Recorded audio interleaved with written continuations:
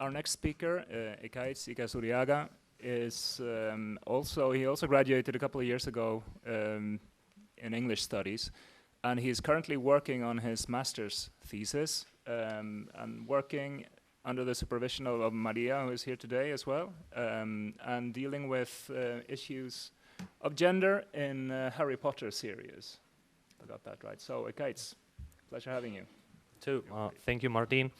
Well, first of all, I would like to thank the organizers of the Congress for giving us the chance of presenting our papers here today. It's a really big pleasure. Well, as you may have seen, and as Martin has explained, the main purpose of my study today will be analyzing to what extent gender studies can be found in J.K. Rowling's first book, Harry Potter and the Philosopher's Stone, and more precisely how the character of Hermione Granger is the representation of those studies in the book. Well, regarding the content, I will give you like a brief contextualization from the book and from the topic. Later, I will explain you what are gender studies in order for you to understand better which is the focus of my study. And later, of course, I will give you the analysis with some kind of examples from the book. And I will end up my presentation with general conclusions from my study. So, as an introduction, I would like to start saying that J.K. Rowling's Harry Potter saga could be seen as a Bildungsroman story in which the three main characters, Harry, Ron, and Hermione, among others, of course, they suffer like a kind of positive evolution during the whole story. And also, it would be important to understand that J.K. Rowling created a huge variety of characters with different kind of characteristics, with which the readers could see themselves represented in those characters. And maybe that could be one of the reasons also why the book became so successful. If we should catalog the Harry Potter saga, it should be introduced in the branch of youth literature. As many other literature genres, youth literature has been criticized by gender studies. What gender researchers denounce on this kind of literature is the use of stereotypical description of girls and women characters.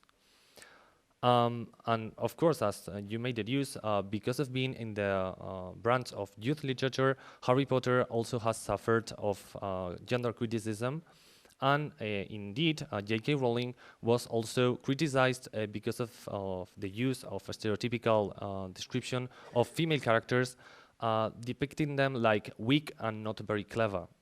And also because of the dependence of these characters in male characters ones in the story itself.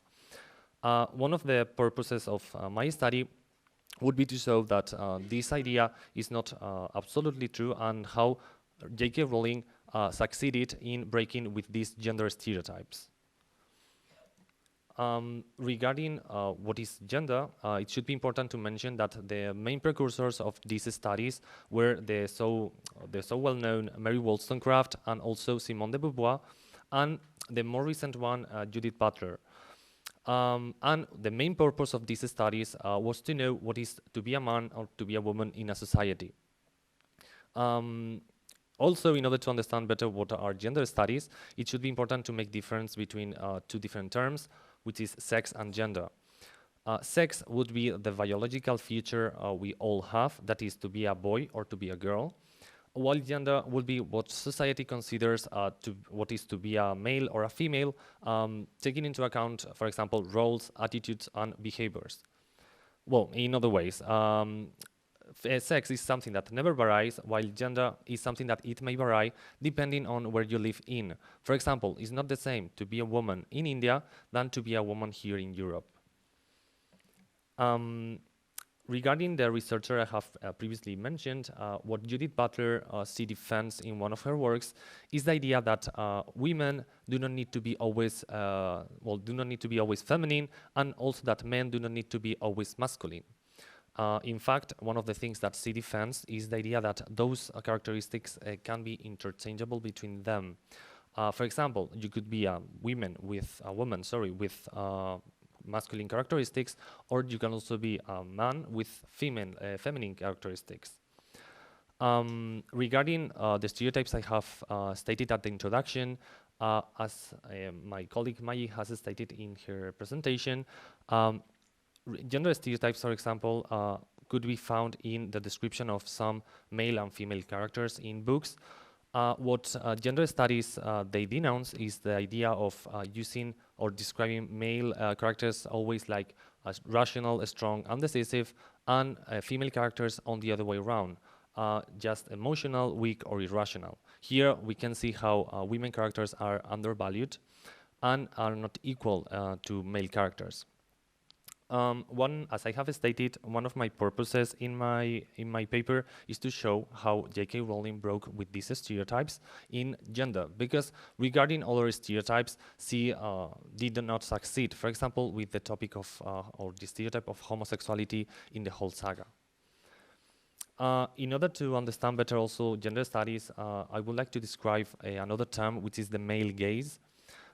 This term was firstly used by the researchers Mary Wollstonecraft and Laura Mulberry, and the main purpose of this male gaze was to see how women and the world was described from a masculine point of view, and even how the women characters were depicted in a way to please the heterosexual masculine point of view or viewer.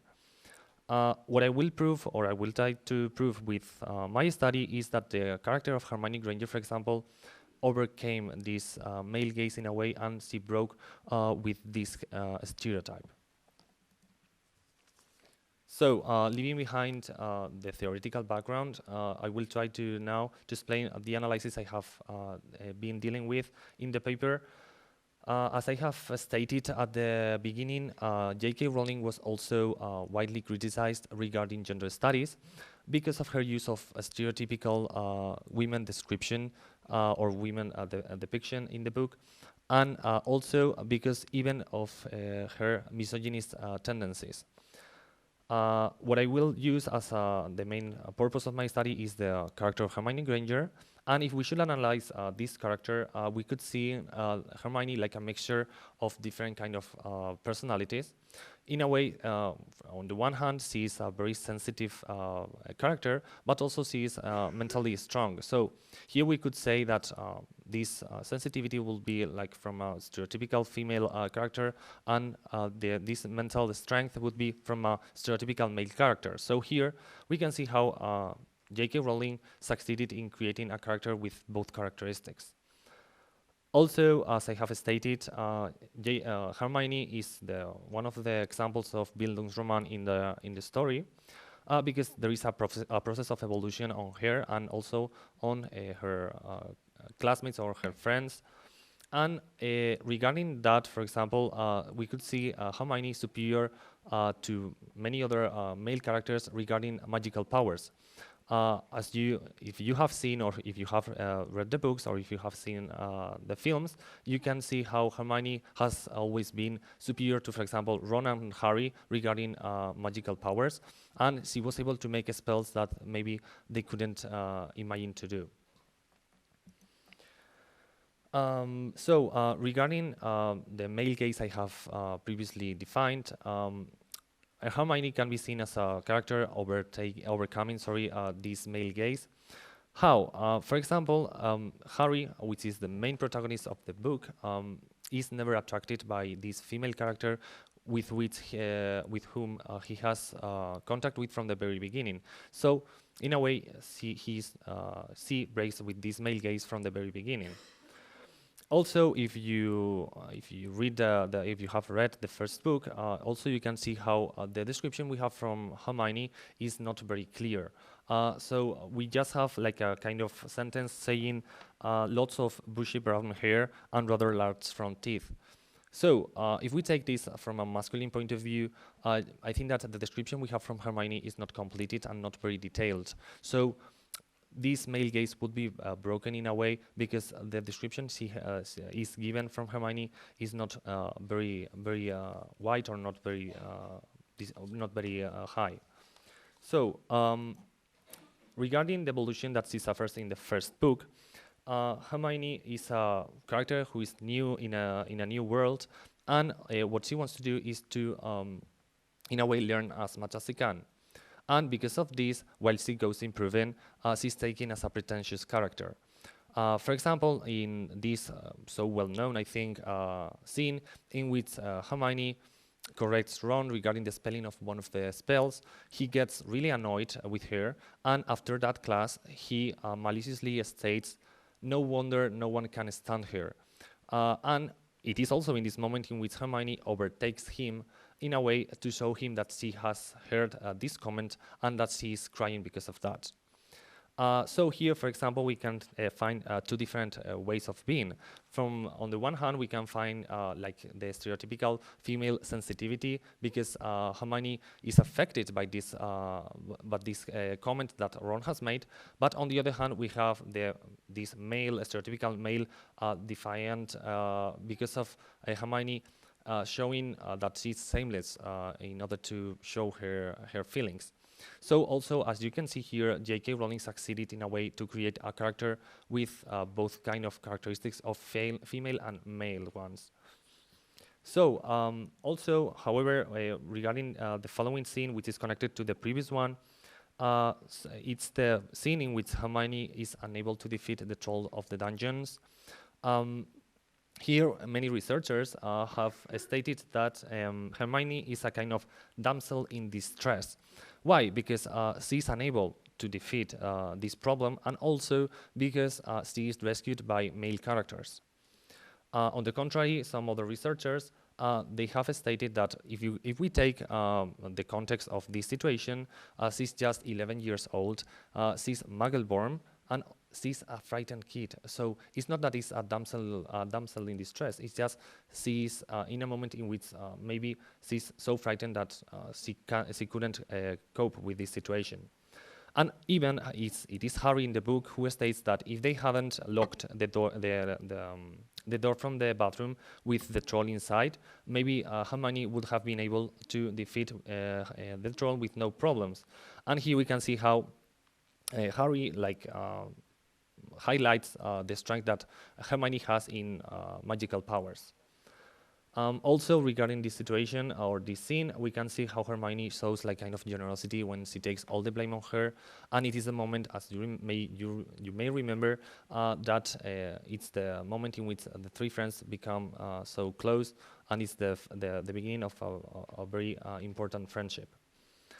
So also, it's important to mention that at the end of the book, we can find like a very big lack of, or a very big description of weakness in Hermione when they are overcoming different kind of spells in order to achieve the Philosopher's Stone. And it's the scene in which after overcoming the magical test, Harry tells Hermione how brave she is and just to help her to be more confident, but she answers just with a sentence saying that she's just books and cleverness. So here we can see like a lack of confidence in herself, that she doesn't trust on her skills or on her attitude, or aptitude, sorry. So in a way, here we can see like a real weakness of Hermione in the book, but not very stereotypical. So, as some conclusions, what I have tried to show with this study is that the book breaks with these kind of stereotypes regarding gender, and that J.K. Rowling was able to break with these gender stereotypes that I have been speaking about with the character of Hermione in the book, and that also Hermione didn't create even more stereotypes on the book. And also, as I have previously stated, J.K. Rowling created so wide variety of characters with different characteristics that she mixed the characteristics of male characters with female ones, and so portraying male characters being weak, or also women characters being so protective upon male characters ones. So this has been all. Thank you for your attention.